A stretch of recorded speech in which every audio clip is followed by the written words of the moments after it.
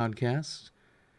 I am here again. My name is Will, and I have Khalid here with me. Would you like to say hi? Hey there, everyone. Khaled here. We also have ourselves a special guest, so our first interview ever. Hopefully, we'll be doing this more often every other Friday. So we have ourselves Mr. Cody.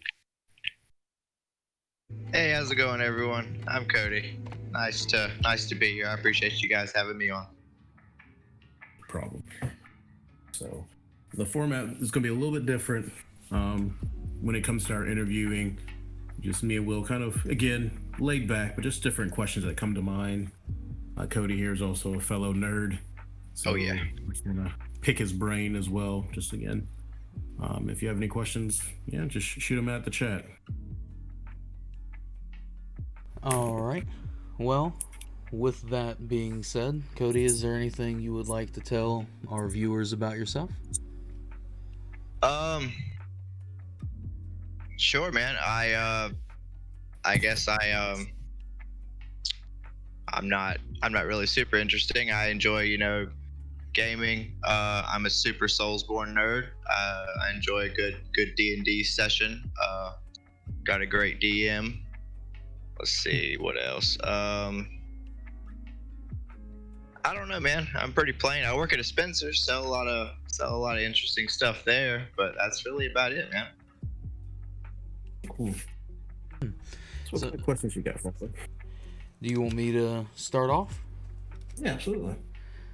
All right, Cody. So, you mentioned that you're a big Soulsborne fan.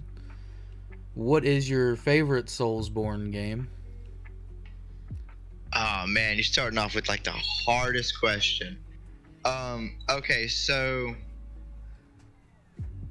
I always like to answer this question with, and again, this could change with the releases that are upcoming, but right now it's Dark Souls 3, just because of how accessible and widespread and currently populated the PvP scene is. I'm a invader at heart. That's really all. I've got thousands and thousands of hours invading across PC and PS4 on Dark Souls 3.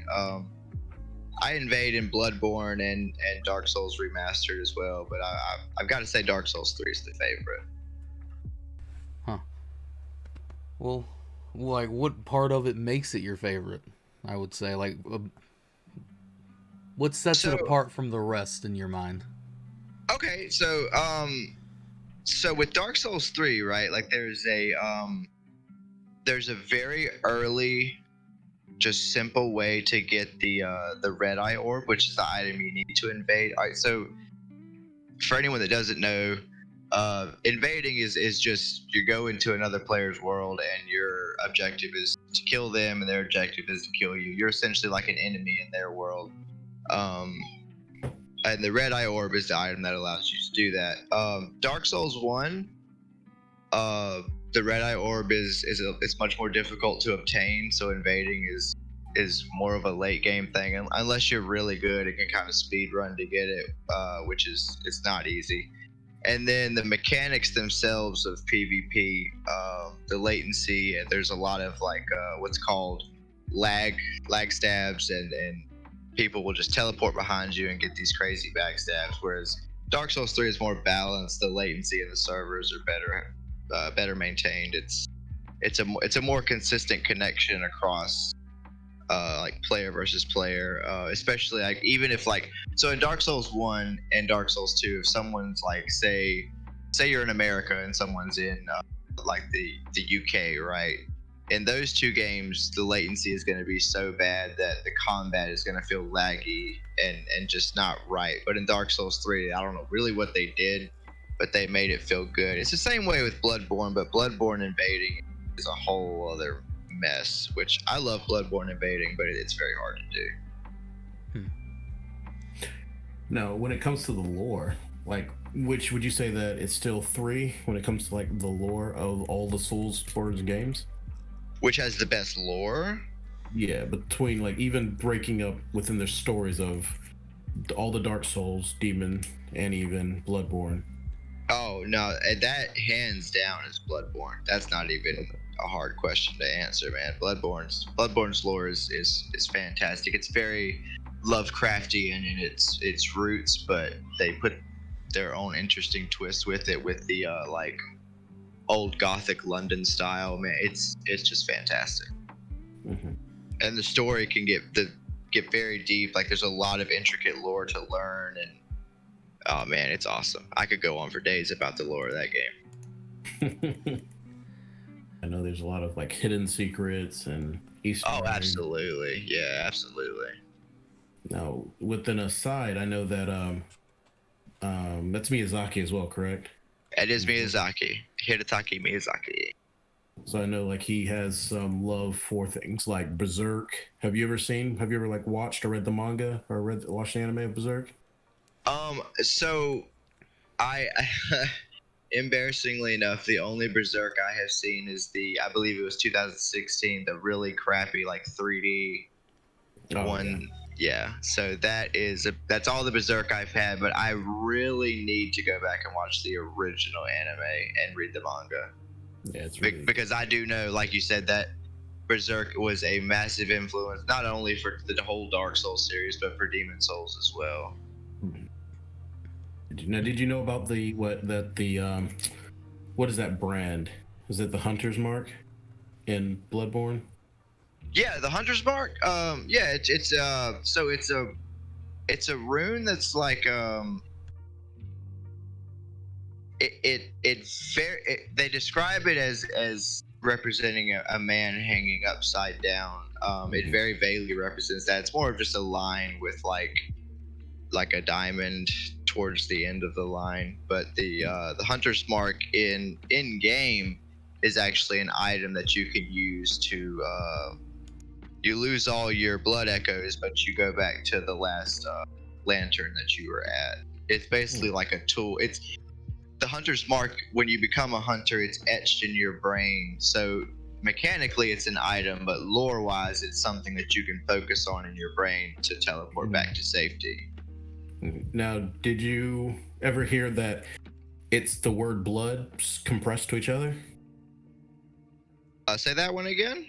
The Hunter's Mark, if you decompress it, it's the word blood, just overlaying on top of itself. No, I did not. I've never heard that. Is that true? Yeah, like if you write each one, and then just kind of overlap them, they'll spell blood if you like take each letter of blood and like overlap it. It makes the Hunter's Mark. Oh wow. That's the kind of thing, man, that makes me just love Soulsborne, is the incredible detail that they will put in. It's like people will still find secrets years and years and years after those games come out, man. It's awesome. So we all know you're excited about Demon Souls remake, the remaster. Oh, absolutely. Do you think they're going to be adding any new Easter eggs or anything into it, or do you think it's going to strictly be just a enhancement of the old? So just judging off the little bit that we've gotten as far as gameplay and the trailer and everything, I do think that already from what I've seen, I think they've done an absolutely fantastic job with just the remake itself. The combat. I've played them all, and none of the Soulsborne games have looked as fluid and clean as all right, using a backstab as an example, even in Dark Souls 3, when you pull one off, your character kind of just like teleports into it, but I don't really know how they were able to accomplish it. But in the Demon Souls remake, at least in the trailer we've seen, and of course trailers can always be rendered, so hopefully that's not the case. But it looked like very fluid, like it was actually two people, in combat, which is awesome. But as far as new content, there is rumors, and I super hope that they're true, that so in the original Demon Souls, the way Demon Souls works, there are archstones that lead you to each world, where you fight through a couple bosses, and there's a final boss, and you have to finish all the archstones. In the original game, there was a sixth archstone that was broken that you couldn't use, and it was supposed to be a DLC, but the game didn't sell well enough for them to financially be able to add DLC to it. But some of it had already been completed, and people were able to get into the game files and found out that it led to like a frozen wasteland kingdom type area where there were giants and enemies of huge scale, which is something that Demon Souls didn't have a ton of, which is very interesting. So the rumor and the hope is that Blue Point Games have decided to finish the 6th Archstone, or that they'll give it to us in the DLC. I'll gladly pay for it either way, just to let us see what the 6th Archstone was supposed to be. And one more thing, I do also know that with the collector's edition, they are adding a weapon that wasn't in the original, but you have to have the collector's to get it. I wonder if you could trade that to someone who didn't have the collector's edition. That is an interesting question. Possibly. I don't know. I mean, you can trade in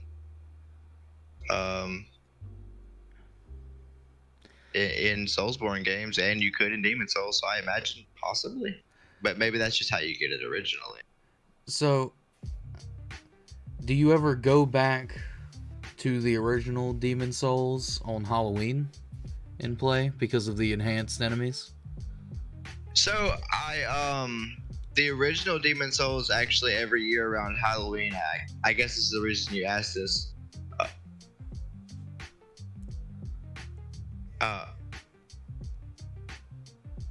You okay over there? I'm hearing something. Hold on one second. Oh, there it was. Sorry, I had opened a tab. My bad. So, what were we talking about? I know it was something with Demon.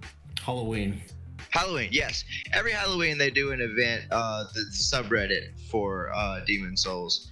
They do an event called Return to Boletaria, where everyone starts a new character, and as they go through, as much as possible, they try to invade or co-op just to make the game feel alive again. And they have to do this on a private server because the regular servers were shut down. It's either late last year or early this year. I believe it was late last year. But yeah, they're doing it again this year, one last time before the release of the remaster. So I'm gonna try to hop into it. Well, what I was referring to, that is interesting, but I believe Demon Souls, like on Halloween, like day, all the enemies in there in the game get super hard. Like they're crazy difficult to beat. In Demon Souls? Yeah. So much so, like people turn back their PlayStation clocks to Halloween to play on like a harder difficulty. Is that a thing that From Software programmed in, or is that for the private server? No, that's something that's programmed into the game, that I believe. Wow, I was actually not at all aware of that. That's again really fucking cool. Excuse me, really cool. Trey is also a Soulsborne player, and that's why he plays it on Halloween. That's where I got that. I keep trying to get him to duel me on Dark Souls 3, but I think he's scared. Future live stream. Yeah, absolutely, man. Let's do it. Well, Colin. Okay. Yeah, so keeping with it, another, I guess you're excited about will be Elder Ring then. Oh, absolutely. Yeah, most definitely. But so do you think though, with like we can jump to other topics soon, because I know you're much more dimensional than just Soulsborne, but yeah, absolutely, man. Whatever you guys want to do, man. I just I could go on about this all day, but go ahead, man. But so games like that, Blasphemy and Code Vein, Surge 2, Dead Cells, Mortal Shell, do you think that is a saturation of Souls-like games, or is it more of like an what's the word I'm looking for? It just disappeared out of my head. Basically, if emulation is close to compliment? Or do you think that it's a good thing? Like the more Souls-likes comes out, that means that it causes the originals to try to push themselves further. So, I have kind of a mixed bag of opinions on Souls likes, because some of them I think really are made by fans of Soulsborne games, and they pay homage, like the was it Mortal Shell that just came out? Mm-hmm. Fantastic game, amazingly designed. They added mechanics that obviously weren't in the original Soulsborne games, but Yeah. they were great. But then you look at something like Code Vein, which was made by is it Funimation that publishes them? Bandai. Funimation, Jesus Christ. Yeah, Bandai. I think Bandai was just getting tired of waiting for something after Dark Souls 3, and they wanted something to kind of cash in on that, and I feel like that's what Code Vein was. And for a while, I had hopes for Code Vein, but once I seen it come out, it just felt like a hollow copy with an anime skin thrown over it. It just wasn't there. No pun intended. Hollow. Right, exactly. Yeah, but I mean, you mentioned like Dead Cells and stuff. While those, a lot of people call those Soulsborns, I hesitate to call them that sometimes, but I do think they take a lot of inspiration from Soulsborne games, and I mean, I love them. I love Dead Cells. I think it's a great game. Oh, absolutely. Dead Cells is a great pastimer. Oh, absolutely. Like Blasphemy gets real deep too. Have you ever have a chance to look into that one? See, I actually haven't heard of Blasphemy. I have to look that one up. And so it's side scroll like Dead Souls or Castlevania.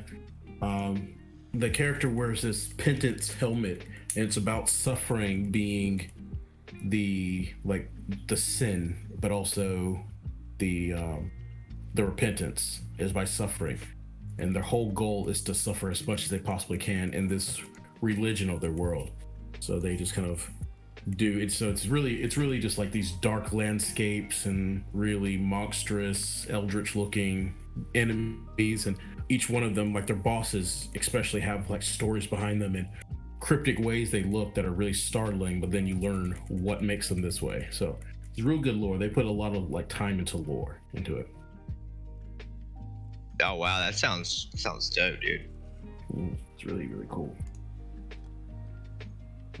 But you want me to ask another question? Absolutely. All right. So, through the grapevine, I heard that you actually read a lot, or from time to time.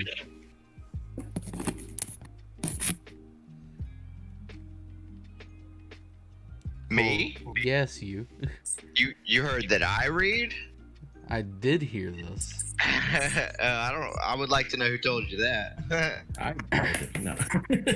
So I mean, didn't you get the the Lovecraft collection? I did. I'm gonna be honest, man. I'm not even gonna lie. 90% of the books I buy are because I think it looks really cool to have a full bookshelf. You know what? I can respect that. Because I feel the same way.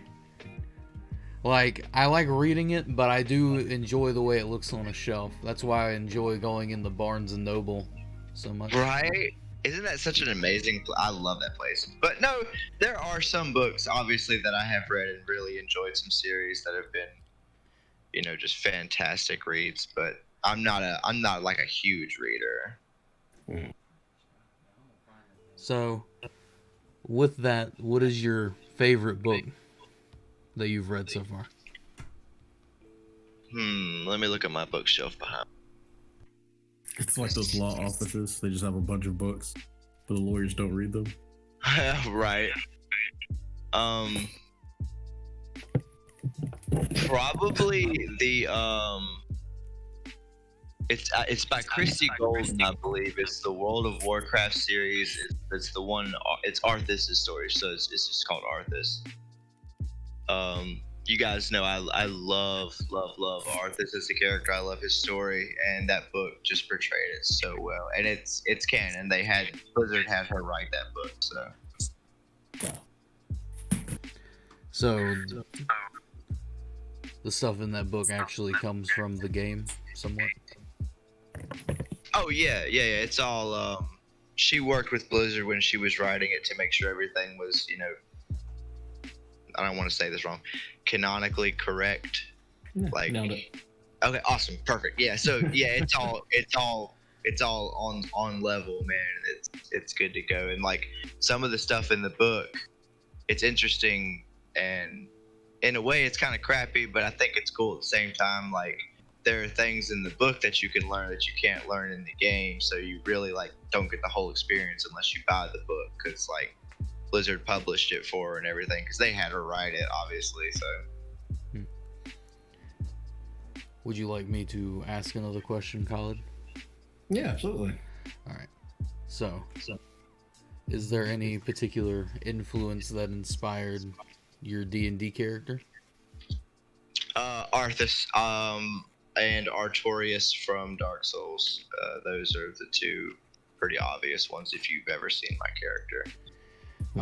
Would you like to tell more about your character? Like what his backstory is, what he's aiming to do, and all that? Sure, man. So if you, it's funny to go from the book about Arthas talking about my D&D character, because he's essentially just Arthas. Like, he starts out as a paladin who has all these aspirations to change the world and help the people that can't help themselves. He's just all about it. He's lawful good and all that good stuff. And then through his adventures with his party, things happen. People he cares about get hurt and die, and he starts to learn very quickly, coming out of the temple where he grew up to the real world, that things don't always work out the way that he had in his mind. So he slowly starts to develop a cynicism and a darkness, and starts to seek more power to be able to defend those around him and the comrades that have now become his family that he spent so much time with. And currently he has just recently broken his oath to follow a new god, Thrazdun, the Chain God, basically just in a quest for more power, because he was a paladin of Tyr, but he felt like almost that Tyr had forsaken him, because there was many times where he could have used the divine intervention that he didn't get it, even when he prayed and begged for it. So essentially the story of what Arthas had with Frostmourne. He went searching for power, and he found something that, while it was dark, he knew it would give him the power he needed to do the right thing. And he was just naive to the fact that the darkness could overtake him. Now, will the darkness overtake my character? Who knows? Maybe he'll conquer it. We'll have to see. All right. So, Khalid, do you want to lead with another question? Maybe about the same topic? Oh, of course. So with that one, like, what got you into Dungeons and Dragons? Like, what was like your entry point? So the first time I ever played Dungeons and Dragons was actually over I cannot remember what it's called, but it's a website where you can use voice, and it's got dice rollers and everything. It's like set up to play D&D online. Roll20. Roll20. That was the one. And we had a DM. I believe he was from Missouri. His name was Brian. He's a good dude. I've got him on Facebook. He's a good guy. And that was my first time ever playing. And while it was fun, it was like, it felt like something was missing. It was just like I wanted to be at the table, rolling the dice, really experiencing it with people around me versus just in my room alone on a headset, But that was my introduction to it. And then, I got to talking about it with Colin at Hot Topic, and it just kind of steamrolled from there into the group that we have now. Now, what made you, well, the pun, roll the dice when it came to even playing D&D? How did you were even knew that it was a thing? So what was that step? So you mean how did I discover Dungeons and Dragons? Yeah. Let me think about that, man. I feel like it's one of those things that just kind of I found, going through the internet looking for RPGs to play, because when I was younger, I would play the old Final Fantasy 7s and stuff on PlayStation, and before that, Zelda on the Super Nintendos and stuff. And then when Xbox and PS2 came out, man, I had Final Fantasy X and Morrowind, and I always loved RPGs, especially Morrowind was a big one, man, because it gave you so many options to customize your character, and you had all these different ways to make just so many different builds, and I loved the aspect of character building, and obviously the lore and stuff and the stories are fun. I love that, and I love the combat, but my main thing is just having all these options before me to build a character that I could really just tinker with and make something my own. And Morrowind was the first game that gave me that. And once I had it, I was hooked. And then I got access to a computer. My family got a family computer, and a friend of mine at school told me about this game called RuneScape, and I got introduced to MMOs and played that. Was obsessed with it. And then in middle school, heard about World of Warcraft, and then that evolved into a full-blown addiction for years. But through all that, at some point I had just learned about D&D, and I thought, I knew that it had all these just different mechanics, and there was so much intricacy to it, and so many different ways you could build a character, and I loved the thought about the way the game mechanics worked, and the idea of sitting at a table with other people and play. Because I loved MMOs and I loved the social aspect, but it's always again, it's on a headset and you're talking to people that most of the time you never really meet in person. I have met some people that I've played World of Warcraft with in person before, but it's rare because most of the time we're all over the world.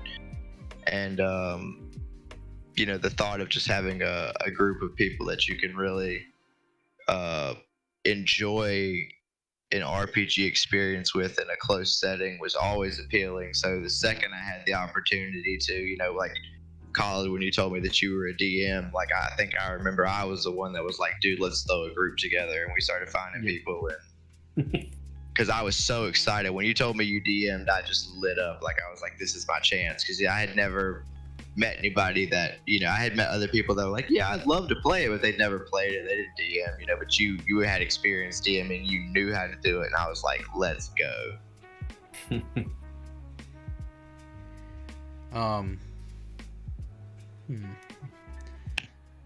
Is there a favorite moment that you have in your campaign?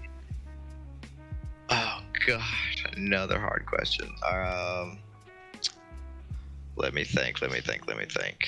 Is Noah in the chat right now? Noah, I believe, could be listening, but he's also playing zombies. Oh, this son of a bitch. Let me think, man, because there's been... I'll come back to you with an answer. Let me think about it. Give me another question. Do you want to go, Colin, or you want me to? Lucky.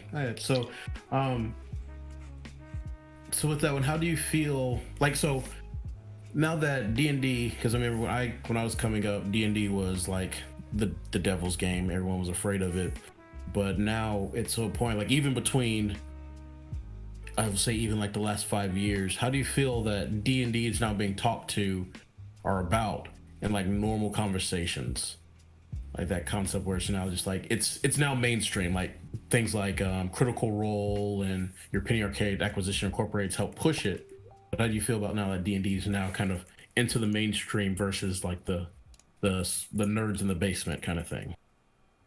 Oh, so I'm definitely not one of those I'm not one of those elitists where I'm like, oh, casuals. I think D&D becoming mainstream and more people hearing about it is a fantastic thing, because I think anyone that has even remotely is remotely interested in RPGs or social games should give it a try, because it's a fantastic game and it's a fantastic time, so I think it blowing up is great. It's kind of, whereas video games, they had their moments where they were blamed for violent actions in real life and stuff, but video games started out the same way. It was the nerdy thing, but now video games are completely mainstream, and we're seeing that with D&D, and I think it's fantastic.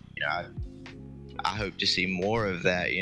I hope to one day, because I think it may be ESPN that they'll sometimes play the League of Legends championships on television and stuff. I would love to see things like Critical Role or something on actual networks, versus, I think it's great that they can do what they do online, but to really hit that kind of mainstream, I think would be awesome. I'd love to see it grow and grow and grow.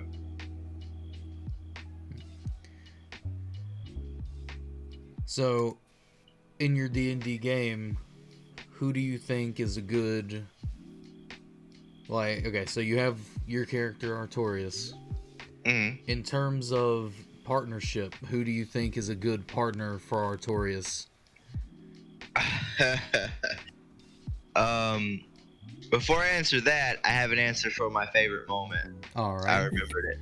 Do you guys remember when, I believe they were ogres that we were having trouble with, and me and our warlock went full just anime weeaboo on them, and just went straight through them? That moment will always stick with me. I love it to death. So that was probably my favorite moment. But that warlock is no longer in the party, but I feel like he was always kind of the right hand man for me. But now, I don't know. I think the way that Artorias is heading with his story, I don't think he really has a favorite, like a guy. I think he's looking at the party more as a family. So I think the whole party's kind of the guy, if that makes sense. He feels like he can trust and talk to all of them. That's a perfect answer. Not to single anyone out, but more of what other character would have complemented Artorias in the way that he fights, kind of thing. So we'll even take it to baseline with how Artorias fights as a paladin. Do you think a spellcaster or another melee class or a ranged class, which one would you have as your backup, knowing how well you can play Artorias and what all he can do? So I've built Artorias very defensively, although that's changed a little bit with Oathbringer. He's still quite defensive. So I feel like it's really encounter specific. But if it's an encounter where melee can be very effective, I feel like Nazir, our fighter, is great to have at my side, or our barbarian, if he can actually land a hit, is great. Shots fired. Yeah, I love you, Noah. Yeah, so basically a hard-hitting, damage built melee character, how Nazir is built, the things that I have seen him do in encounters. If I can use Champion's Challenge or Command or something to kind of take the brunt of it on me with my high AC, and just have the high damage melee really lay them out, even if while they're hitting me, if that person could flank them, it really could just decimate a single target. Artorias doesn't do super well with groups. He doesn't have a ton of AoE options. So if it's something like that, definitely a spellcaster with AoE options. For some reason, I had it in my mind that you would definitely choose a ranger type character. I could see that working as well too. Especially if it's something if it's an enemy, say up high, obviously I really can't do much about that other than just hold my shield up and hope for the best. So a ranger to pick them off would be quite useful. Well, Colin, back to you. Thank you. Now, it's very funny. I'll say on the side that both, I would say, Will and your like favorite D&D moments involve taking down ogres, which is really really funny. Oh man, ogres are just great to kill. That's how I became part of a team. You'll tell that to DreamWorks, I guess. No. So, but with that one though, is there stuff? Because have you heard of like the Icewind Dale, Rime of the Frost Maiden, and Theros, where Dungeons and Dragons is now touching into the world of your Magic the Gathering, or even this new one coming out, Tasha's Cauldron of Everything. Is there something on the works or just brand new in D&D that has you excited? I'm gonna be honest with you, man. Like, I kind of just get my upcoming D&D news from you. Like, I have so much going on, with the kid and work and everything. It's hard for me to keep up with the news of it all. I mean, I even struggle to keep up with like Soulsborne news, and that's like my biggest thing. But I do think the fact that they're incorporating, any sort of Magic the Gathering stuff is just awesome. I love that to death. So that's very exciting. I don't know if that's already live. Can you already use that, or are they still working on it? Yeah, so Theros is out because Will has Theros. And Ravnica, Guildmasters of Ravnica is out. It's been out like last year, I think. Theros is basically Magic the Gathering's adaptation of Greek mythology. And so D&D just brought that to D&D basically as a player's like resource book, or a DM's resource book. Very cool. And then so then when you have Rime of the Frost Maiden, what that one is it's a campaign set, not a campaign set, rather just a adventure module. Set in the frozen north, so now there's like cold mechanics. They have in there new types of chewinga. Oh, nice. And then they brought out like a whole new slew. I think there's 50 new monsters that are gonna be introduced in that one. So it seems pretty interesting. There's even, but the reason also why I said that is because of so the mechanics in Theros introduces things called like mystical. It's mythical, right? Mythical mythical actions. It's just mythic actions. Okay, so what they have for that one is a mythic action is like when you defeat the creature, it goes into a new phase. And so, so they're incorporating phases. That's interesting. Yeah. For example, there's a spider boss monster, and you can use a mythic action as a legendary action, and you can call all of her spider minions as her armor, basically. Oh wow, that's pretty like dope. All the eggs in her lair hatch, and they all just surround her body.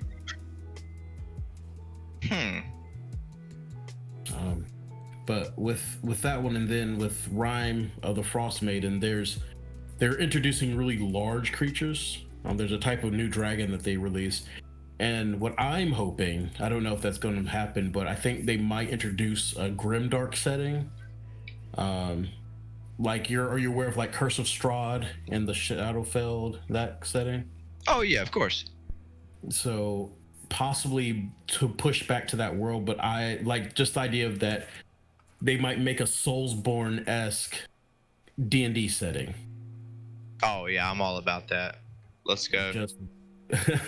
Just with the ideas, like some of your bosses in those games, they will be defeated, but then they'll go into their new phases and change and become harder or weirder kind of thing.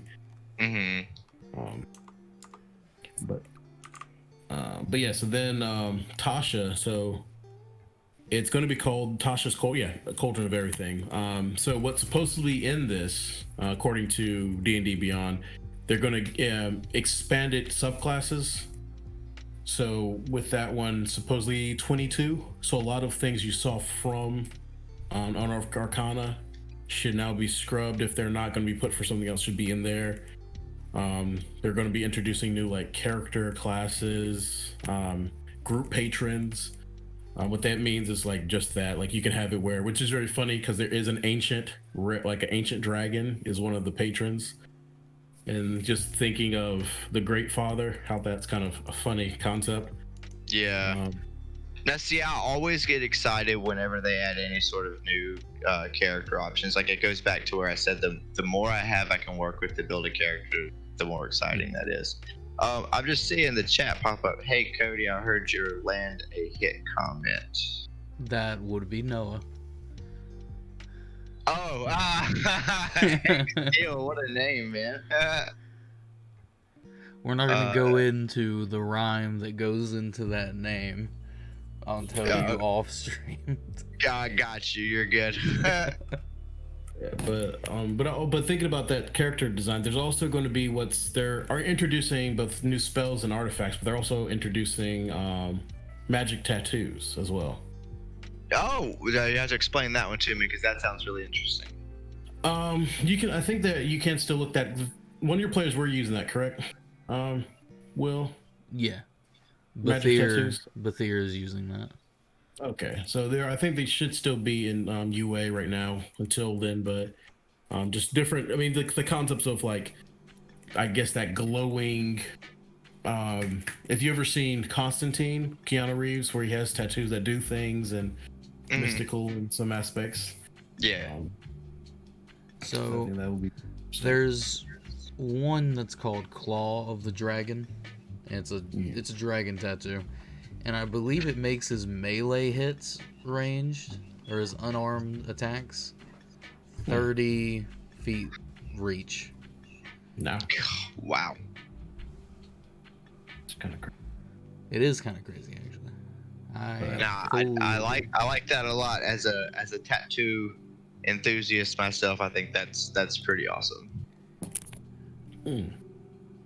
Yeah, and that's one of the things that even as a DM, like I know that you'll say, well, I hit with Elder Fang, and that's kind of the running joke, but yeah, I feel like when it comes to like spell casting or so forth, where it doesn't really as long as it follows the requirements, so like saying if it's somatic, verbal kind of thing like that, like so, because I know like you're also enjoyed Darkest Dungeon.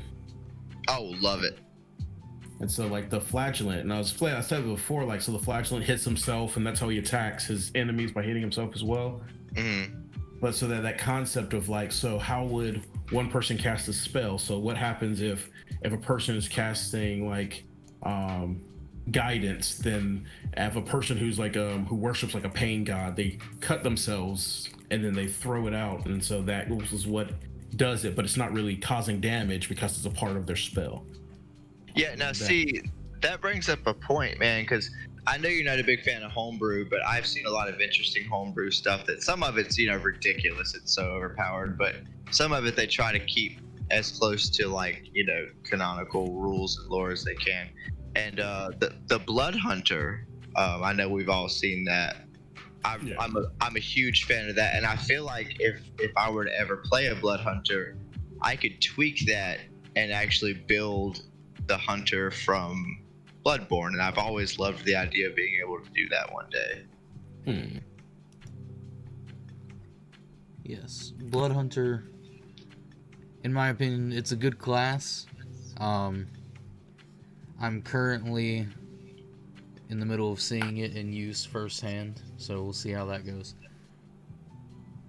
What level are you seeing it at right now? 7. Okay. So now, one of the things you did say was that you feel like the Blood Hunter was a part of. It's good for the setting that it's in, though. Because it's one of the critical role classes. Right. Yeah. I mean, we couldn't like it wouldn't really just be something we could throw in our game. But I'm saying for that setting, it's awesome. Yeah. But yeah. Yeah, so it's very interesting that concept though. Like because so even two sorcerers, say that Kira had a twin sister, one of our players characters, but it goes to like how would that look? So like saying that if Arturus was like whatever oath he broke, the god was a god of blood. So in that same concept, like saying what if divine smite might look like might not be again, it might do damage to you, or just again, it's just the flare of it. I know like some DMs are kind of like it has to if you do this, but that idea of just like saying, because I even did it for your zombie. So control undead, you point, hey, it's mine, the zombie's yours. But the flare of it was these ethereal red chains heat up and then they dissipate in a black smoke kind of thing. Yeah, I loved that. That was really cool. Because like even with Fjord's like Eldritch Blast, I would say that it comes out and they have a certain flare or look to them, or when he casts Hex, then it looks like a mirror breaks behind the person. And so I mean it's so sometimes mechanical, if like the mechanics can't really abide by it, then I think the flare can make up for, if that makes sense. Yeah, it doesn't break the game. Because there's a person who I don't think he's an artificer, I think he's a druid, but he explains his spells by little vials that he pulls out, and those are his spells. He has to like use the vials to cause the spells to happen. It doesn't break the game, it just now changes how that looks. Right.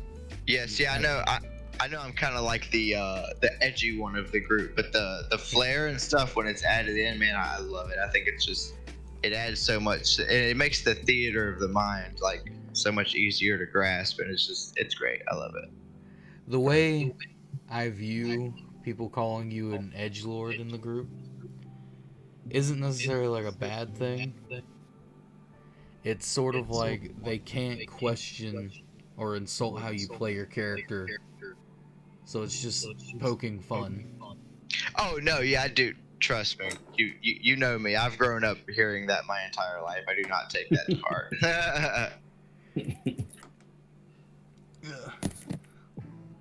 Well, just so me and you are on the same page, Colin, are we still doing that last 30-minute segment with Cody involved? All right, yeah. So because I had that on my list of questions, so I'll make sure I leave that out. But Cody, you have a lot of tattoos. I do. I have two questions. Sure. Which one is your favorite, and which one is the next tattoo you were planning to get?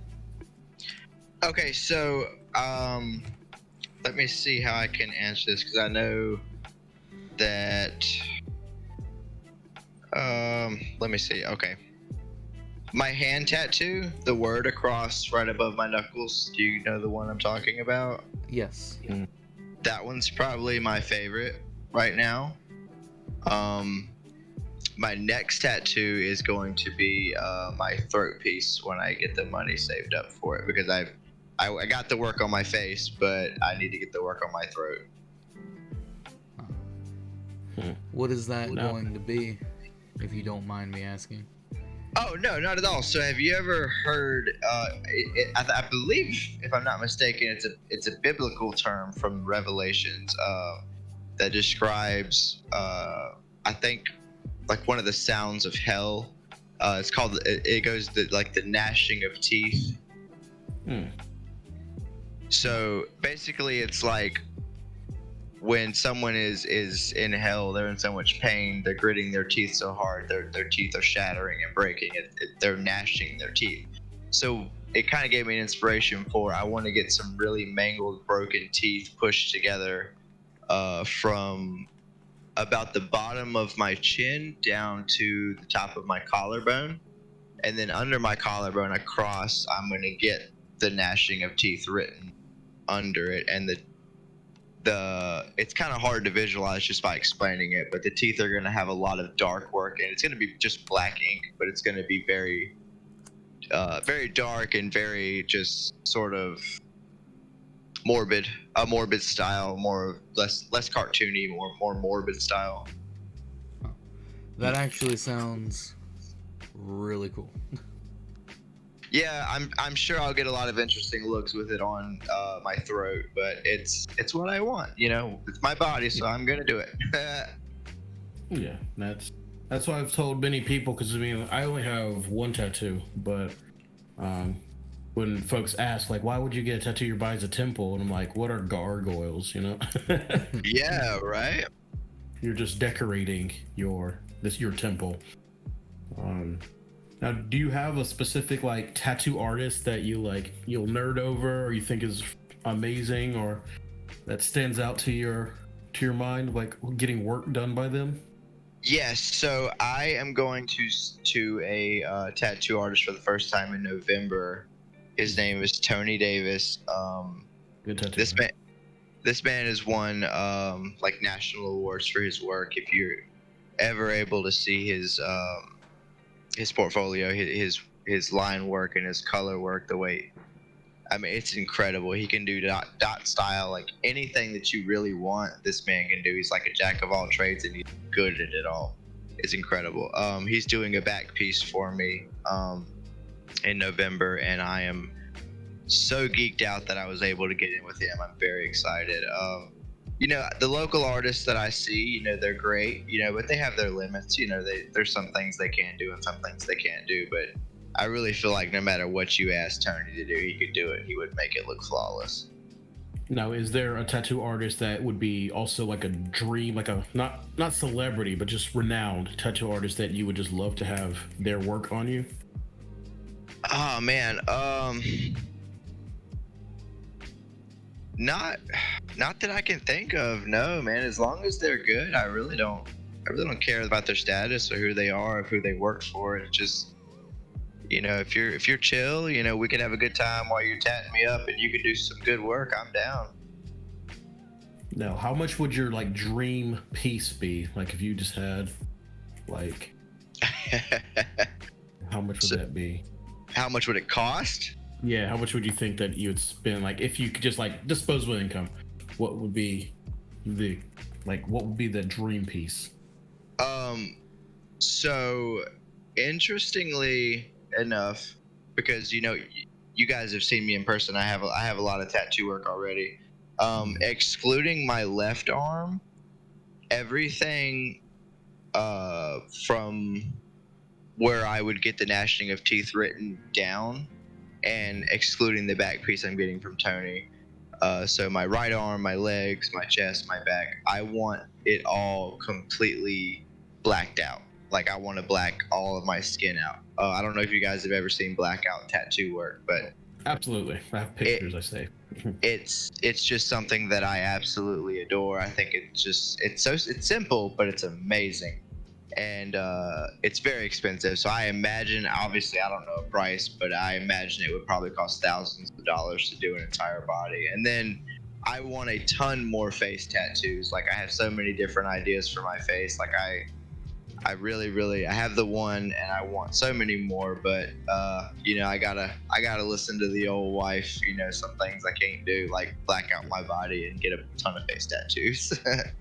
So if you had, like, the budget would be the exact same amount, would you, and it's basically split, they can go either you get the absolute perfect dream tattoo, or you can buy the absolute perfect computer, but both would be of equal prices. Which one would you go for?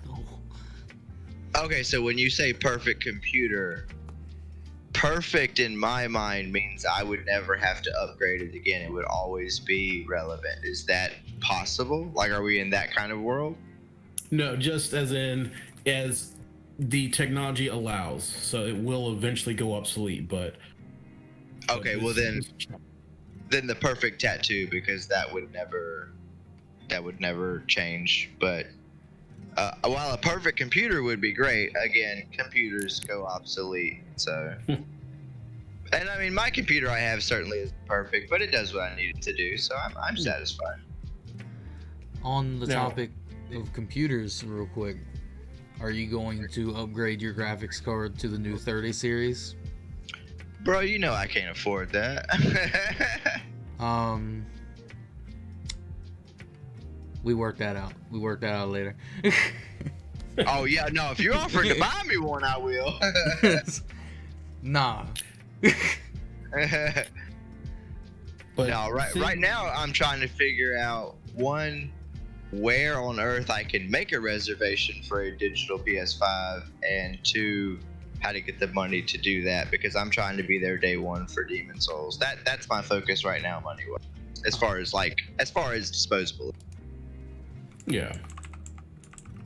Thinking of modifications though, like now that a lot more people, you see more people that have tattoos and piercings than just like within just the last 8 years. There's now people who are like, they have tongue piercing, nipple piercings, and belly rings, like it's just the norm kind of thing. Right. What would you think when it comes to like the crazier body mods? What's the craziest that you've seen personally, like in person, and where would you like draw the line when it comes to it? Like, it's like, no, I won't mod to this point. Okay, so that's actually a great question for me, because I love very extreme body modifications, and I actually, while I love tattoos, excuse me, my heart is with piercings. You know, I pierced for a while. I love it. Actually, I'm still piercing just out of my home. I did a tragus piercing this morning for a girl. And I've got like 6 appointments on Sunday. I love piercings. So, but my thing is, I love to indulge in the more extreme aspects of piercing, like very large stretching or piercing in places that aren't, very typical. But my limit, where I would draw a limit for my personal body, I'm not into the idea of any sort of genital tattoos. I know some people are into that, and that's cool. That's their thing, And I know some people even get them and they stretch them to very extreme sizes, and somehow they're still able to function normally, and that's great. Good for them. That's just not my thing, If anyone ever asks me to do one, because I have done them, I will do them. But I just wouldn't get one. Okay. On the topic of body modification, would you ever like look at your hand? Okay. On the back of your hand, in the like little fleshy bit between your pointer finger and your thumb, Okay. would you ever put a RFID chip in there that would hold like your bank account numbers and stuff like that? So you would never need to carry your like credit cards or anything again? So is this a thing that has become like mainstream? Like, is this a thing a lot of people like most stores would accept this? So basically, most credit cards now have that little chip. What that is an RFID tag. Right. And it holds like however many numbers make up your bank account that'll link it to it, basically. In this RFID chip, you could put many things, like you could put that card. You could put your contact information to where you could hold up someone's phone to your hand and it'll put your contact information into their phone. Stuff like this. So maybe stuff like your driver's license, your social, like anything you would need like that. Maybe not your driver's license, but just things that you think you might need, or things you might need but you don't want to carry around in your wallet all the time. Because what an RFID chip is it doesn't have a battery or anything. It's never like on unless you put it near an RFID scanner. The power from the chip actually comes from the scanner itself. It's like a wireless charging thing.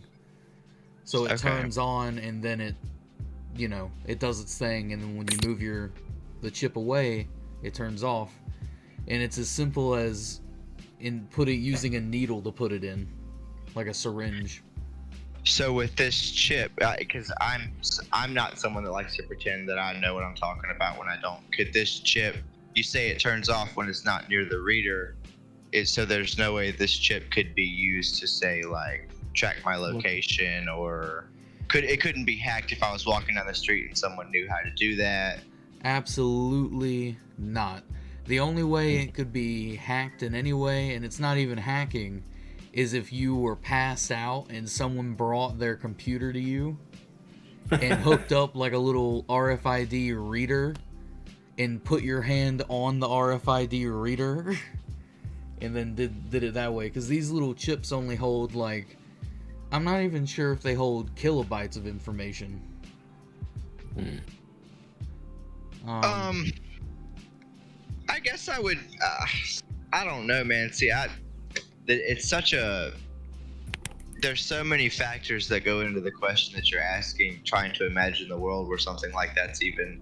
Because you've got to think, man. We're in a situation right now where we can't even get most Americans to agree to wear a mask during a pandemic, where, we had tuberculosis and people were putting themselves in sanatoriums voluntarily to protect their community. So asking someone to, I don't know, people are so paranoid. I feel like it would be this big thing, and I'm not one of those people. Like, I'm all about technological advancement. So if it works and a lot of stores accept it and I know it's safe, sure, I'd get one. But I don't know, man. It really just depends on the atmosphere of where we're at in society when that kind of thing would arise, So like, when you hold your phone up to, there's some people that put their cards in their phone, and they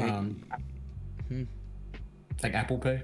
Yeah, and you can like hold your phone up to the card reader and stuff like that. Right. It's that same technology, and no one would even know it's in your hand unless you held it up to pay.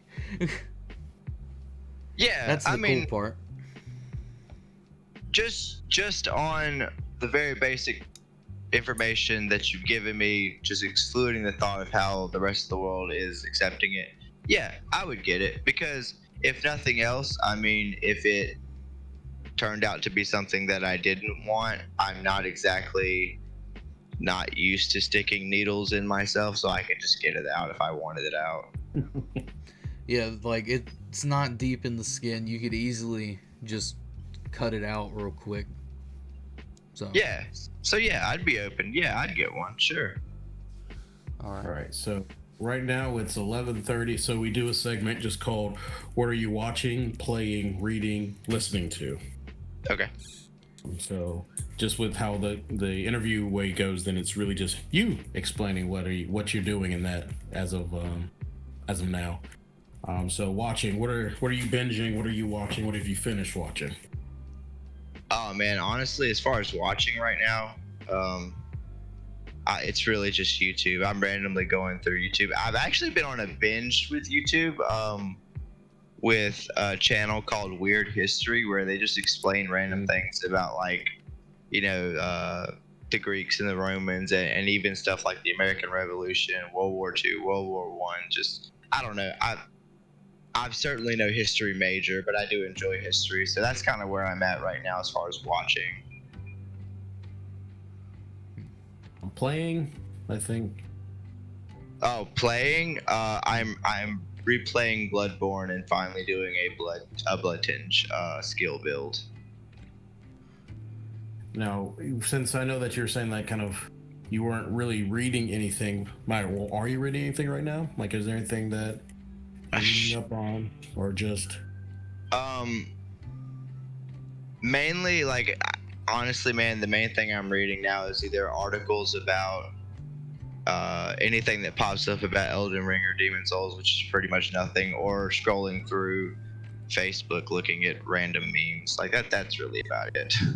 Now, do you see that a day ago they did drop some teaser information about Elden Ring? Yes, yep, I read it. I was very excited as soon as I seen that. I clicked on it. Because we have been starved for information for over a year, so it was like a trickle of water when you're in hell. Like I sucked it up, bro. Yeah. and then listening to. So this can be podcast, it can be other, it can be audiobooks, or it can be just music that's caught your mind. That's kind of Okay, so this one, I know I have messed with my Spotify around you guys, and you guys probably hate my music, but right now, just a couple of songs I have found recently that I'm enjoying. Let me see, I've got my phone right here so I can find the names. I've been on kind of a rap kick recently, so there's this song called Never Slow Down by a guy in New Orleans called Kasky. That one's pretty good. This one's a favorite of mine. I've listened to a lot recently. It's called Misanthrope by Cage. Let me see. I've just been shuffling my heavy playlist a lot, but one song in particular that I keep clicking on from that playlist is a song called Departure, and in parentheses it's Death, and it's by In Heart's Wake. It's a fantastic song with a lot of good breakdowns and bass drops, and a song called Paralyzed by Breakdown of Sanity. So, but other than that, mainly just shuffling through Spotify. Now, have you ever thought of reading, or not reading, but listening to audiobooks versus like dealing with like if you don't really want to read? I have, yeah, definitely.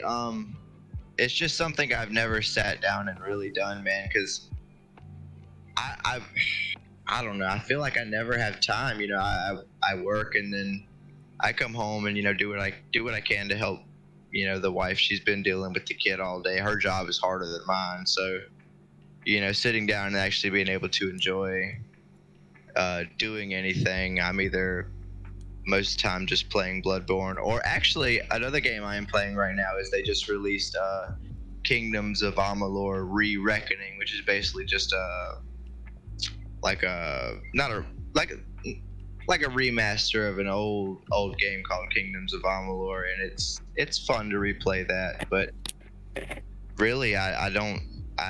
Audiobooks I would love to get into, but I would just have to have the time. Maybe if we go through another COVID shutdown, I'll try it. Oh dear. I don't know. That'll put a stop to D&D games. Please no. Oh, I don't want it to happen. I'm just saying if it does, maybe I'll try audiobooks. Now, how have you gone when it came to playing? Was it Mordhound? Oh man, I haven't played that in forever. I'm gonna be honest with you. Like, so we ended up on Rainbow Six Siege.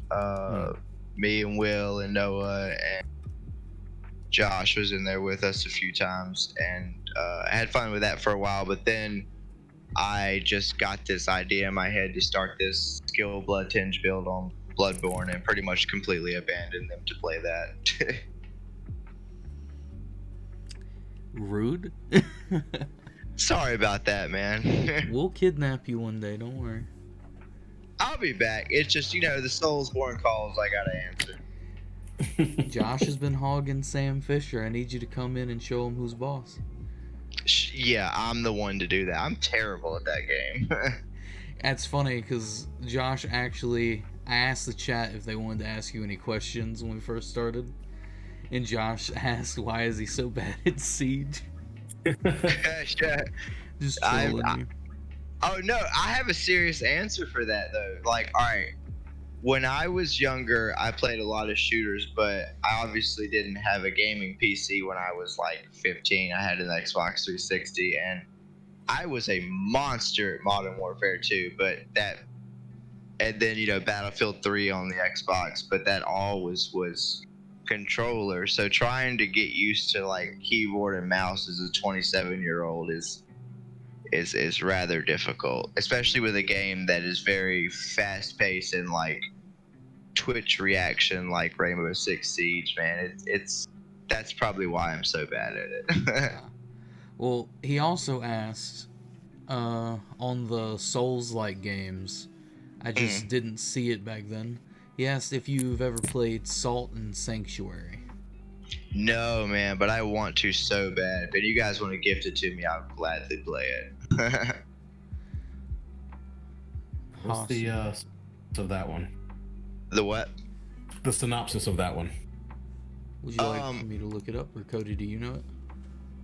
Salt and Sanctuary, if it's the one I'm thinking about, that's the side-scroller one, isn't it? don't know. Yes, it is. It is a side scroll. Yeah. That one, I don't know a ton about it, but I know it got a lot of really good reviews. It looked fantastic. I'd love to play it, but, just money's tight. What's the design of the characters?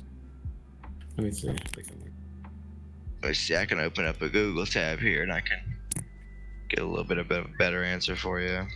Here you go. I will actually post a image in the Discord chat for you guys.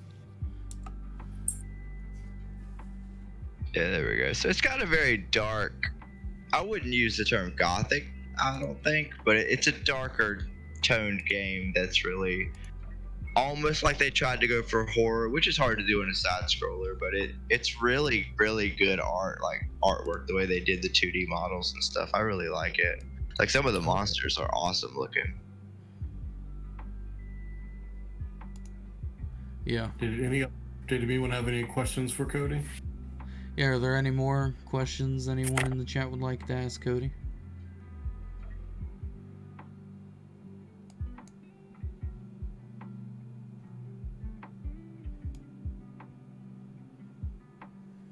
If anybody's in the chat. I'm in the chat. Did you see what Josh said? He called me a boomer. He's not wrong. I'm old. Tell Josh to not abuse our guest. Yeah, Josh, you bully.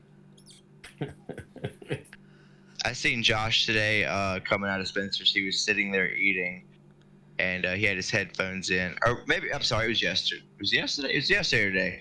He was eating, I think he was on lunch break, and he had his headphones in. So I was screaming at him. He didn't hear me, and there was one of the cleaning staff there. Oh, no. And I got them to tap him on the shoulder, and he took his headphone out and looked at me, and I was trying to get his attention just to flip him off, and then I walked away. All that effort. Oh yeah, it was way too much effort to just do that. Okay, now, do you have any questions for Will or myself? You gonna give me another magical item anytime soon? You have like what, 3? Yeah, but there's always room for more, man. Hey, if we're Okay. asking for that, you gonna give me another magical item anytime soon, Colin? You won't like it. I like cursed items. Actually, Colin, I do have a question for you. It's really not very interesting for the podcast. I'm sorry, but when are you gonna get that massive smiley face thing out of my trunk? I have no clue what you're talking about. The sign I gave you from Spencer's, it's like a dripping smiley face. Who knows? Well, it's very large, and I want to give it to you because you said you wanted it, but I need it out of my trunk. So, Cool. Cody, Yes. has Colin told you anything about last session? No. He has not. And again, I am sorry. Something important came up that I wasn't No, there. that's but perfectly fine. I do need to be filled in on what happened. Okay.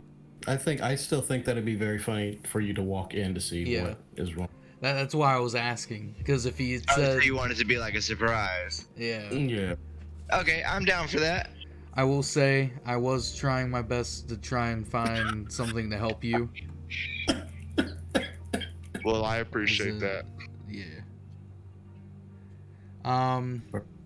There's a new Ghost game that we've been playing, getting ready for Halloween. Ghost game. You guys aren't playing Fall Guys? I have played Fall Guys. I have not played it yet, but I feel like that's the big thing, and I should play it. Among Us is the big thing right now. Let's be honest. Among here. Us. Okay, so push Fall Guys out of the way.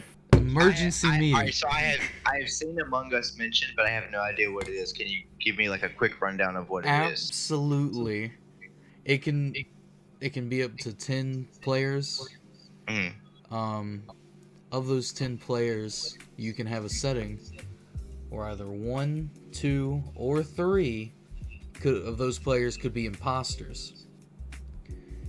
So there's crewmates and imposters, and the crewmates have to do all the tasks that they are assigned, and they're like little mini games, and they're pretty easy.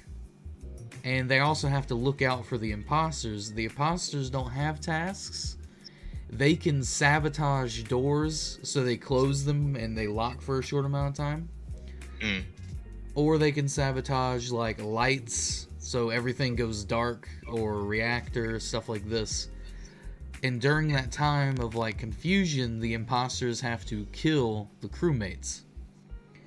And so if a crewmate finds another crewmate's body, or even the imposters can fake report the body, it calls a meeting. Or you can hit the button in the center of the map or the cafeteria, and that is the emergency meeting button.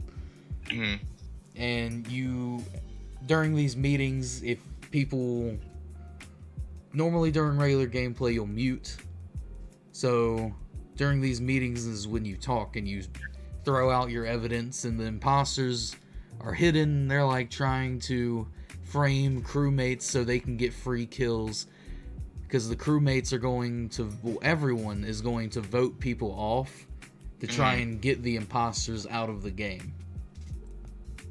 So I'm old. You know what this almost sounds like? There was a board game like this. Was it? It wasn't Clue, was it, Khaled?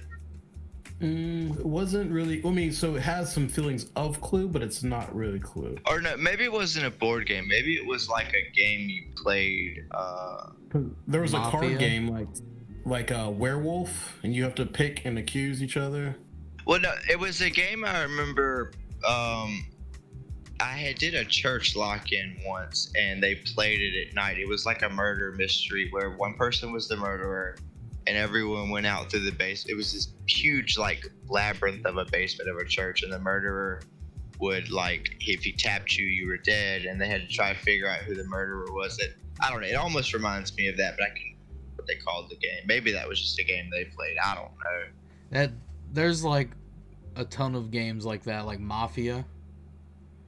Yeah. Mafia is the same way, like almost exactly like what you're describing. Yeah, it's fun. That does sound fun. It's only $5 as well. Sounds like a sponsorship, but it's not. Please sponsor us. Oh, but this ghost game. Oh, and this is so okay. You know we do horror game night, right? I did not know that. Oh, well, this is me inviting you to horror game night this year. Okay. What is horror stream. game night? It's where we all just get together and we play a bunch of horror games. And I think one of the horror games that we're gonna have is this game Josh found for us called Phasmophobia. It's quite literally a ghost hunter simulator. So you go to these houses and the ghosts are randomly generated, and you have your ghost hunting equipment, and you have to go into the house, find out if the house is actually haunted. And if it is, you have to get evidence and figure out what kind of ghost it is. So they have like banshees, demons, yuris, like all these different kind of apparitions and ghosts that could pop up, and you have to find out which one it is. And all this is happening while this ghost is trying to like mess with you and possibly even kill you. And it's almost terrifying because they can turn the lights off, and you can even in game you can ask questions, like they'll give you the ghost's name, and it makes them angry when you say the ghost's name in game. Now that sounds fun. You're doing this what night? We're doing it. What we're planning to do is The 24th? yes, the 24th of October. Okay. Yeah, I'll make sure. If you guys want me to play, I'd love to play. That sounds fun as hell. Yeah. This is me inviting you. So How much is the game? Is it on Steam? it is. I believe right now it's on sale for like $13. It's also co-op. Okay. Oh, that's not bad. Yeah, I'll pick it up before that. So, I believe you have a gaming laptop. I do. Yeah. Are we doing cams? I'm not sure if we're going to be live streaming this, but we definitely could record it because that would be fun. Okay, I mean, I don't mind doing cam if you guys want to. Like, it doesn't bother me. But if you bring your laptop, then we can have some like duo ghost hunting games going, so two people can play at once. So you mean like if we meet at a specific like your mom's house or some shit and play there? Yeah, like probably the shop where we Hell played yeah. the crossover and everything. Yeah, I'd be down for that, dude. Yeah, I can bring my laptop. It's the laptop I use for my character sheet, so. Yeah. Well, we have 10 more minutes left. Is there anything we would like to do to fill the time? Dude, I have a question actually. I am very curious where the name the PiP Podcast came from. Those people are. We really don't tell anyone what it stands for. Oh my gosh, Colin, don't do that to me. Come on. I'm here as your first guest. I need to know what the PiP Podcast is. Well, we sort of agreed that we wouldn't tell anyone what it stood for. So it's an acronym. Yes. Man, that's gonna drive me crazy. I can tell you what it's not. Okay, tell me what it's not. It's not people interviewing people. Okay, I didn't think it was that because you don't always interview. We interview each other. Come on now. Well, that's just talking. Everything's talking at heart. I do have another one. Since you're done watching like Game of Thrones as your show, have you heard of Lovecraft Country? I have not. Is that a show? Or... Ooh. Yes, sir. So, Lovecraft Country, based on a book. It takes place in like Jim Crow 1950s, and it's just the concepts of, yes, there's like your civil rights stuff, but there's also underlining of this Lovecraftian eldritch world that exists and the characters that are wrapped into it. There's 6 episodes out, and they're all pretty good, especially when you binge them. But that's what both me and Will are watching now. Yeah, anything Lovecraft, I'm absolutely there. I have to check that out. The cinematography of it is great. Like, definitely, like, if anything, watch the first episode and see where you sit on it, because, my goodness. And don't do what I did, where I accidentally watched the 5th episode instead of the first episode. Oh my gosh. Well, I was so confused. I was like, Colin, is this how you watch this? And he was like, no, because they were labeled wrong with where we were watching him. So amazing. And then good. So Colin, ever since you said you brought up the ending song, Centerman of Lovecraft Country, I've been listening to it at least once a day. It's one of my favorite songs. Centerman, Nina Simone, like one of my. It's almost a prayer of sort. Like, I love that song. Once I'm finished with 2 projects I'm working on, I'm actually going to do a painting of that song. You're gonna paint a song? Oh yeah. Well, paintings are the songs of your heart. So what's just the painting of a song, you know? That reminds me, it's completely off topic, but I don't know why it reminded me of it. I finally found a way to make the text tone on my phone the you know when you land a parry in Dark Souls, it makes that sound, that like doo or whatever. Yes. That is my text tone now on my phone, and I'm so excited. Like you had to use like iTunes or something? Yeah, I just searched to see what Dark Souls sounds like, 'cause I was looking for a ringtone, and it was there, and I was like, oh, absolutely. It's amazing. So, Cody, this is also off topic of like everything but ringtones. When I was in 10th grade, my alarm clock was Breaking the Habit by Linkin Park. Dude, I love that song. And we were in the middle of watching a video in agriculture class, and during this video I'm zoned out just watching the video, and I notice everyone's looking at me, and as like I get reeled back into like the real world, I'm like, oh crap, my phone alarm's going off. I didn't even hear it, and it was on full blast in my pocket. That's amazing. And the teacher's just like, is that your phone? And I'm like, I guess it is. One of the weird things, because both of us working at Target at one time, so of course you can't have your phone on you. Mm-hmm. But the phone that I had would just do random things in my pocket. It's like it would text people and send messages and just a bunch of random stuff, take pictures. So playing around with the voice recorder, I recorded this little thing where it's like, have you ever seen a man running with no head? Just for no reason. And that somehow became my ringtone. What? Just by itself. So again, like if you call me, you would hear that like epic movie voice. But working at Target, when we have our managers meetings, you can't have your phone on and so forth. So it would just start sometimes where it's just my voice talking about a man with no head. But we also had our walkie-talkies. So what would happen is that the minute I hear a voice, I would just start turning it down, and they're like, oh, it must be his walkie-talkie going.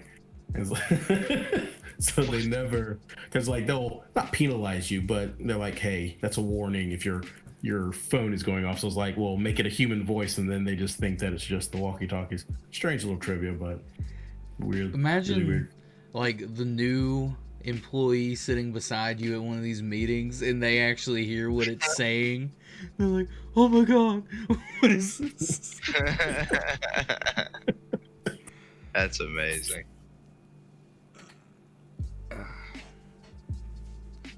Well, have you played any of the Pokemon Sword and Shield? Yeah, just a little bit, man. Like I seen the value in it. I think it was designed very well. It seemed like it was going to be great, but I could not get into it, man. I don't know if it was just the time, maybe the time I picked it up. Maybe if I picked it up now, I'd get into it, but I could not force myself to keep playing it. It was like every Pokemon I caught, I didn't care about. And I don't mean to sound like one of those old Pokemon heads, but it was like when I would play, Red and Blue or Gold or Silver or Crystal, whatever. Every Pokemon I caught just seemed so cool and interesting, and now they're just like, oh, it's another blob that's shaped like a chair. Great. Well, let me ask you this. Have you seen the game Octopath Traveler? I have seen things about it, but I have not played it. Okay, so you know the sort of game art style, right? Right. How it's like 2D in a 3-dimensional sort of like picture book kind of thing. Not picture, pop-out book kind of thing. Right. Yeah, I know what you mean, yeah. Imagine if they made like DS style animations of gold, like Heart Gold and Soul Silver, right? But they made the art style like Octopath Traveler. Oh man, that'd be dope. Okay. Because like the Johto gen, like the second gen, was my favorite. Like I've played through those games. I actually, no kidding, like right here I can reach it. I have a Game Boy Color with Pokemon Gold in it. I love those games. I love them to death. They are definitely one of my favorites as well. Yeah, and they were if I'm not mistaken, they were the only ones you could travel to 2 separate regions, right? Yeah. The Kanto and Johto, yeah. Yeah. I don't understand why they didn't keep going with that. I mean, I guess maybe limitations of the time with memory, but now they could totally. I do want them to remake that, and I don't know if you heard this. They actually resubmitted the rights or licenses for Heart Gold and Soul Silver. Oh, no kidding. A few days ago, they re-upped their time limit on it or something like that. I'm not sure what that means, but most people are speculating that there could be a remake for the Switch. Even if it's not a remake, like Heart Gold and Soul Silver were great remakes on their own, man. If they even just like released those for a cheaper price on the Switch as they were, I would buy them. Like, they were great. Yes, I would also. I would buy them. I forgot what I was gonna say. It immediately left.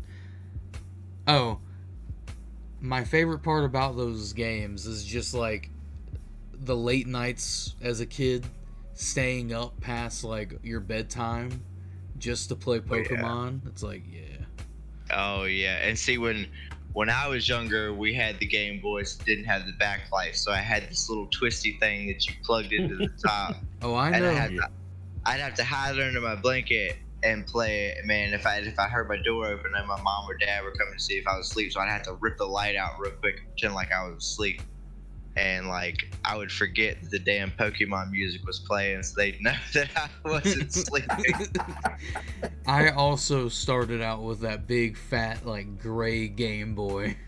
Oh, that took thing like was AA batteries. So, oh man, when those batteries would die. All right, speaking of Game Boys, all right, so the Game Boy Color had this game on it that I have never found anyone else that's ever heard of it, but I adored it to death, and I would love to play it again. And I've looked at buying a cart for the Game Boy I have, but they're like almost $200. It was a game called Warlock, and it was an RTS game where you you started a little settlement and you built up like a little army, and you had to go and find an enemy in an unknown map and beat them, right? But you could capture these wizards, and they had all these different kinds of wizards, and it at the time it was awesome. It's probably simple compared to games now, but man, I missed the hell out of that game, and I cannot find an affordable version of it anywhere. I thought about emulating it, but that's not the same. Now, watch it come for Switch next month. I have actually been.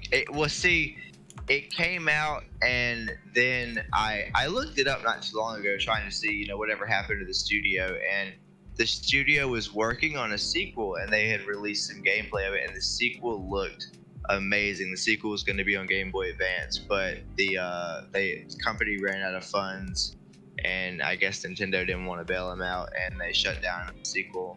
It never happened. So a dead company with an IP that really didn't sell well, I seriously doubt Nintendo's going to do anything with it, because now that the company's gone, Nintendo owns it, but they'll probably never. Is it the Game Boy Color that's expensive, or the game itself? The game itself. It's actually. I found it for Amazon for $20. Yeah. No, you did not. We did. Is it Warlocked or just Warlock? Hold on, let me see. Because I also found it for I $20. won't lie to you if this is the right game. Well, with that though, we are at 12:03, so I think it's time to end it. Okay. Yeah, it's Warlocked. Where are you seeing that for? I got you. For $20. Send that in the Discord. Okay. Because if you seriously found that, you just made my night, bro. I just realized I hit the mute button while I was searching it. So I also found it for $20.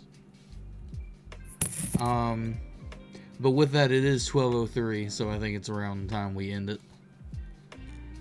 We gotta cut the stream, bro. Okay. Well, thank you guys again for having me on. It was really fun. No problem. Definitely. We'll probably have you back again sometime. Different set of questions, possibly. Well, actually, that's what I was going to say. So before we close it all up, so when Tasha's Cauldron drops, I do want to do like a deep dive review kind of thing. So I would like to get some D&D players to talk about like their likes of it, just kind of go through it, not too hard, but at least just to fill the time of what they feel about it, their hot takes on it, basically. Will we be able to get together and actually play it before that? Well, see that. So Tasha's Cauldron is just like, it's a supplement for the player's handbook. Oh, I was thinking it was the campaign that was coming. No. So it's just, so what Tasha's is just that. So like, that's what I was saying, like the 22 different subclasses, new magical items, magical tattoos, and so forth. Oh, so that. Okay, yeah.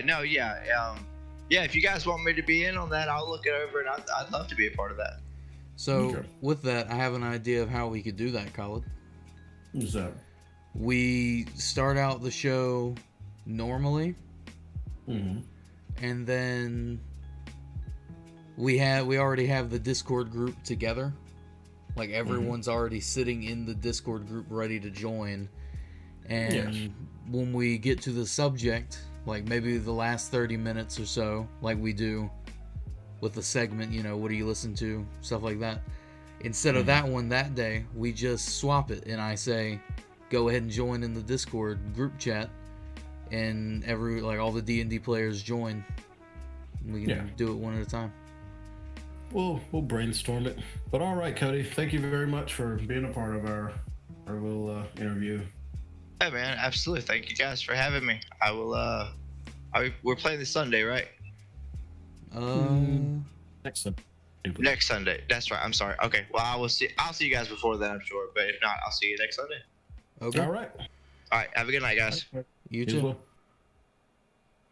All right, stream. If there's anyone in here that is not following the channel and would like to watch future PiP podcasts, please hit the follow button. And is there anything you would like to say, Colin, before we end? You folks have a good night. Alrighty.